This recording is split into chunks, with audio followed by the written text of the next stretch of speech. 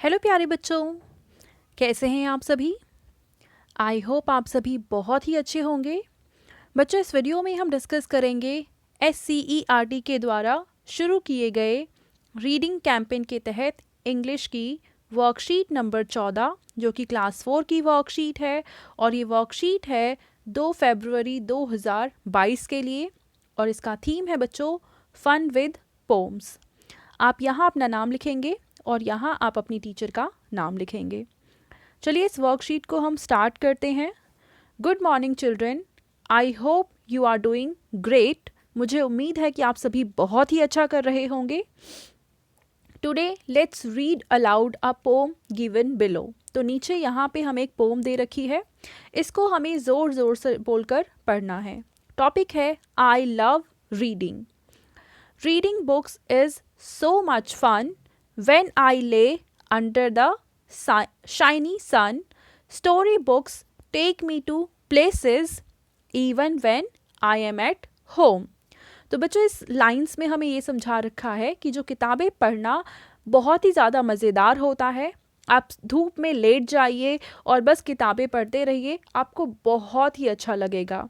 और जो story books यानी कहानियों की किताबें होती हैं, हम कहानी पढ़ते हैं और उस कहानी के थ्रू हम अलग अलग जगहों पर जाते हैं, मज़े करते हैं। मतलब कहानी में जो हमें जगहों के बारे में बता रखा होता है उसके थ्रू हमें अलग अलग जगहों के बारे में, अलग अलग चीज़ों के बारे में पता होता है और हम घर बैठे बैठे उन सभी चीज़ों को जान पाते हैं। Books about monsters are the best, would love to fly like them and never rest. If I could dress like them for a day, I will be a cute one and not scary at all. अब इन lines में ये बताया हुआ है कि वो books जिसमें monsters यानी कि शैतानों के बारे में बताया होता है वो बेस्ट होती हैं। और ये बच्चा कह रहा है कि मुझे भी मॉन्स्टर्स की तरह उड़ना बहुत ही ज़्यादा अच्छा लगता है और अगर मैं इनकी तरह कोई शक्ति मुझे मिल जाती है कि मैं भी उड़ सकता हूँ तो मैं हमेशा उड़ता रहूँगा और कभी भी रेस्ट नहीं करूँगा। और अगर मुझे इनकी तरह ड्रेस मिल जाए तो मैं इनकी तरह से पूरे कपड़े पहन लूँगा एक दिन के लिए और मैं इनकी तरह डरावना नहीं लगूँगा, मैं स्कैरी नहीं लगूँगा, मैं बहुत ही ज़्यादा cute लगूँगा। Once I read about a little dog who lost its way while crossing wood log. He met a brave girl on his way who helped him find its home for sure. अब इन lines में हमें ये बता रखा है कि एक बार एक डॉग था जो कि क्रॉस कर रहा था एक जंगल को और उस रास्ते में ये अपना रास्ता ही भूल गया, इसे कहाँ जाना है, कैसे पहुँचना है वो रास्ता भूल गया।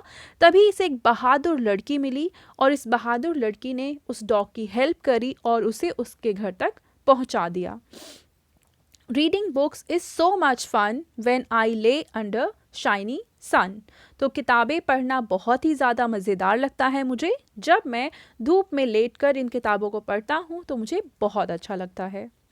अब इसके बाद हमें कह रखा है कंप्लीट दी सेंटेंसेस। यहाँ हमें 3 सेंटेंसेस दे रखे हैं जिसे हमें कंप्लीट करना है।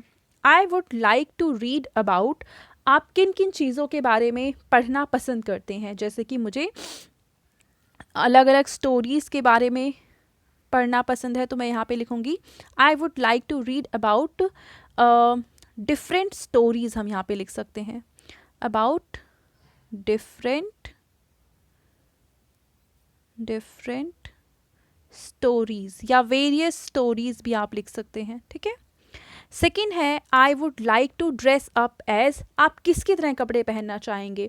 किसी हीरो की तरह, किसी मॉन्स्टर की तरह या किसी एनिमल की तरह। जैसे मैं अगर चाहूँ तो मैं टाइगर की तरह ड्रेस पहनना चाहूँगी तो मैं यहाँ पे टाइगर लिख देती हूँ।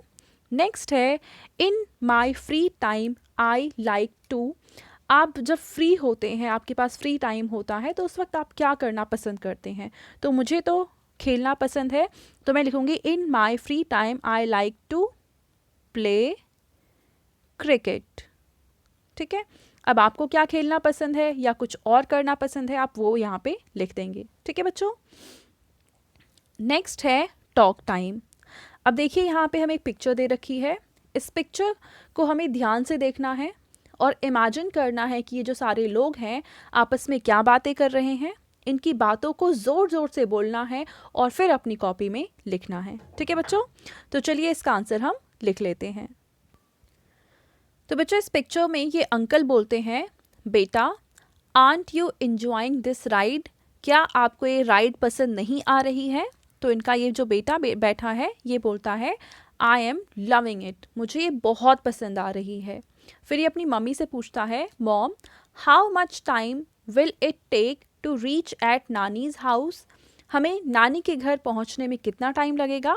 तो इनकी मम्मी रिप्लाई करती हैं, इट विल टेक 30 मिनट्स, हमें वहाँ पहुँचने में 30 मिनट यानी कि आधा घंटा लगेगा। ठीक है बच्चों, चलो आगे देखते हैं।